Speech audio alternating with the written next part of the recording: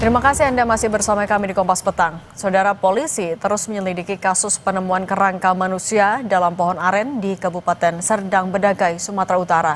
Penyelidikan dilakukan dengan otopsi.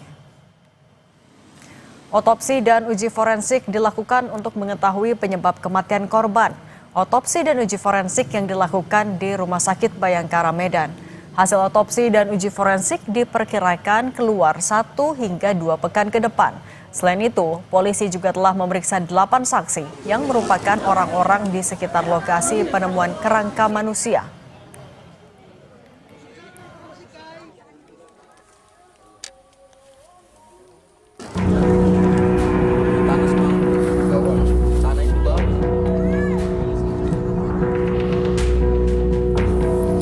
Selasa 9 September lalu, warga di Kabupaten Serdang Bedagai, Sumatera Utara digegerkan dengan penemuan kerangka manusia di sebuah pohon aren yang tumbang. Selain kerangka manusia, ditemukan juga celana dan pakaian. Setelah adanya temuan warga, polisi turun untuk membawa barang bukti kerangka manusia dan pohon aren ke Puslapfor Polda Sumut untuk uji forensik. Polisi juga melakukan olah TKP. Namun untuk kerangkanya sudah kita bawa ke Lapor, ya, forensik di Polda Sumut untuk dilakukan uji forensik, dan saat ini kita akan melengkapi sampel dari warga yang diduga adalah keluarganya yang kemudian akan dicocokkan dengan kerangka yang ditemukan di tempat ini. Untuk mencari identitas korban, polisi juga mengambil sampel warga yang mengaku kehilangan anggota keluarganya untuk dicocokkan dengan kerangka manusia yang ditemukan. Warga bilang, barang yang ditemukan bersama kerangka manusia mirip dengan barang milik Muhammad Yuda Perwira yang hilang sejak 2023. Kalau kata adik saya, adik korban ini, yang laki-laki, itu katanya barang dia. Apa aja itu, Kak? Itu kayak gelang sama celana, Bang. Kalau handphonenya? Handphone itu ada kawannya juga bilang katanya itu handphone dia. Itu ada ngasih kabar atau apa? Nggak ada, Bang. Sama sekali nggak ada. Kami nyari ke sana kemari, nanya kawan, nanya yang biasa ngajak dia kerja, pun nggak tahu juga, Bang, di mana dia. Kini polisi masih melakukan pemeriksaan kerangka manusia dan memeriksa saksi untuk memastikan identitas korban. Tim Liputan Kompas TV. Penemuan kerangka manusia di Kabupaten Serdang Bedagai, Sumatera Utara hingga kini masih jadi misteri. Kita bahas bersama kriminolog FISIP UI Adrianus Meliala. Prof. Adrianus, selamat petang. Selamat petang, Mbak Sarli. Prof. Adrianus, kalau dari fakta-fakta yang ada, diduga hilang sudah 2 tahun, kemudian pakaian masih lengkap, ada temuan ponsel juga. Anda melihatnya, analisis Anda mengarah ke ada dugaan tindak pidana atau ada kemungkinan lain? Biasanya kalau tidak pidana, khususnya ya muggingnya atau pembegalan, perampokan, pencurian, maka handphone adalah sesuatu yang paling mungkin untuk diambil karena tadi ya gampang, kecil, dan bernilai dari segi sebagai komoditi.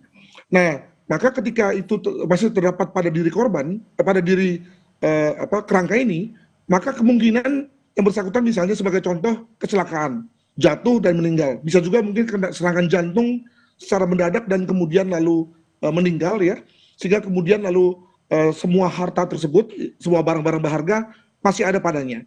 Nah, yang menarik adalah bahwa ketika pasti keluarga sudah melaporkan kepada polisi tentang kehilangan keluarga.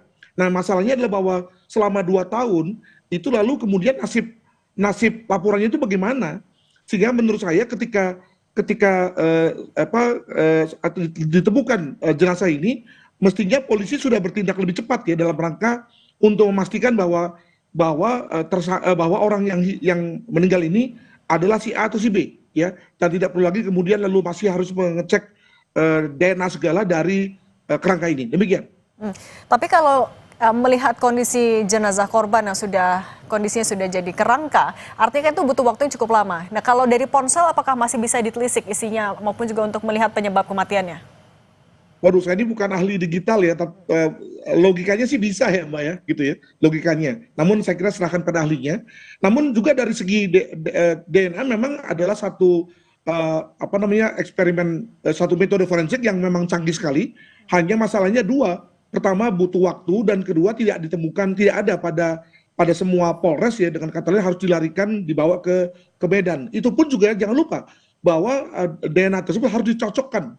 Dengan kata lain ada pemeriksaan apa namanya antemortem dulu ya, dengan misalnya ada anggota keluarga yang sudah mengaku bahwa itu adalah kemungkinan keluarganya masih menyimpan pakaian korban ya, atau pakaian orang yang meninggal itu, misalnya bajunya atau pakaian yang belum dicuci misalnya, untuk kemudian dicari kemungkinan DNA-nya. Nah itulah kemudian dicocokkan. Masalahnya adalah bahwa jangan-jangan selama 2 tahun itu lalu kemudian keluarga itu lalu sudah membuang, atau kalau tidak dibuang sudah dicuci semua gitu ya. Dengan kata lain lalu DNA korban yang tinggal di buku, di baju misalnya sudah nggak ada. Nah maka akan kesulitan polisi dalam rangka mencari pembandingan antara DNA yang ditemukan di kerangka dengan DNA korban. Demikian. Prof, tapi kalau ya sudah seperti ini kondisinya, apa yang harus dilakukan, apa yang harus diprioritaskan polisi untuk mengungkap kasus ini? Ya, saya kira prioritas dalam rangka penemuan jati diri korban, artinya siapa ini, ya, itu menjadi yang paling utama. Yang kedua tentu diteruskan dengan apa yang menjadi penyebab mati ya. Itu pun juga sudah agak sulit karena tadi seluruh yang sel-sel bagian-bagian lunaknya sudah seperti tanah semua ya. Maka bagaimana kemudian misalnya polisi bisa tahu tentang apakah ada keracunan atau ada luka tusuk, luka masuk misalnya, tentu tidak bisa lagi. Jika misalnya ada kerusakan pada tulang, ya misalnya ketika luka tusuk itu misalnya menyentuh tulang, maka bisa diperkirakan tentang sebab mati ya. Itu pun juga tentu masih bersifat guessing. Jadi saya kira pertama-tama yang dikerjakan polisi dengan bantuan Dokpol setempat atau Puslapor setempat adalah memastikan tentang jati diri korban dengan bantuan dari keluarga korban atau keluarga orang yang mengaku kehilangan keluarga ya, melalui misalnya baju atau celana atau yang lain yang bisa kemudian masih merekam DNA korban. Demikian. Tapi kalau melihat juga dari fakta-fakta yang ada sementara ini, Anda melihat menganalisis ini adalah sesuatu kasus yang tidak biasa atau sudah banyak juga contohnya? Saya kira dari segi bahwa ada orang yang ditemukan beberapa lama dalam kondisi seperti ini dan kemudian lalu perlu dicarikan data pembanding ya untuk kemudian memastikan siapa dia, itu cukup biasa.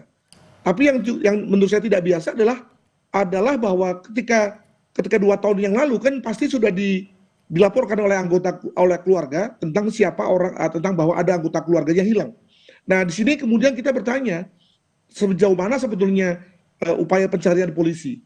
Apakah polisi sudah bisa memperkecil lokasi kemungkinan korban hilang misalnya, sehingga sebetulnya ketika korban ini ditemukan, maka sekali lagi saya katakan bahwa mestinya polisi tidak berada dalam situasi seperti kaget, seperti bingung, seperti nggak tahu apa-apa. Nah kita bicara mengenai lah kalau gitu data yang lalu kemana gitu ya. Nah ini yang lalu membuat kita menjadikan semacam wake up call lah gitu ya, wake up call bagi polisi untuk memperbaiki administrasi ketika ada orang yang melaporkan hilang dan baru kemudian ditemukan setelah beberapa lama. Oke. Nah dalam mengungkap kasus ini, kemudian juga menelisik DNA yang ada, apa yang kemungkinan bisa menjadi kendala dari polisi? Ya, tadi saya katakan bahwa dengan sudah tinggal kerangka, maka apakah lalu kemudian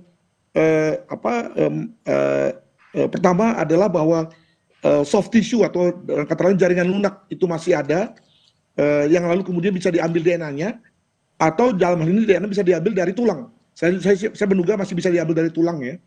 Tapi juga kemudian timbul masalah baru. Data pembandingnya apa? Ya, kalau misalnya dalam hal ini kita berasumsi bahwa keluarga yang sudah kehilangan anggota keluarga itu, lalu kemudian dalam rangka agar tidak menimbulkan memori buruk ya, lalu kemudian mencuci semua pakaian-pakaian milik anggota keluarganya itu, atau ada yang misalnya membakarnya, atau membuangnya, atau mungkin memberikan kepada orang lain misalnya, maka nggak ada lagi jejaknya ya. Saya bisa bayangkan misalnya selama 2 tahun juga lalu mungkin kamar yang dihuni korban misalnya, atau kamar belajar, atau meja belajar, atau mungkin hal yang lain yang bersifat privat juga sudah bersih ya, sudah dibersihkan oleh keluarga selama 2 tahun. Maka lalu mungkin menjadi potensi bagi Polri, bagi Puslapor untuk kemudian kesulitan dalam rangka mencari data pembanding. Alhasil kemudian lalu makin sulit bagi kita untuk menemukan siapa sebetulnya korban ini. Apa bisa dibilang artinya kasus ini juga akan bisa lebih kompleks mengingat waktunya sudah ada dalam waktu rentang yang lama?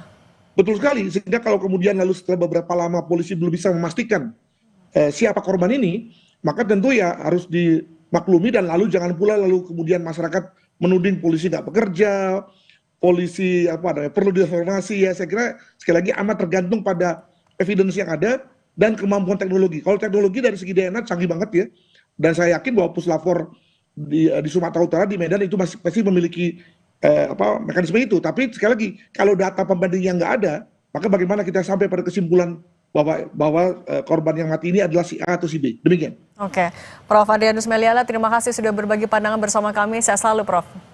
Terima kasih. Kami masih akan kembali dengan informasi lain, Saudara. Tak kunjung dilantik, siapakah Menpora pilihan Prabowo dari sejumlah nama yang mencuat?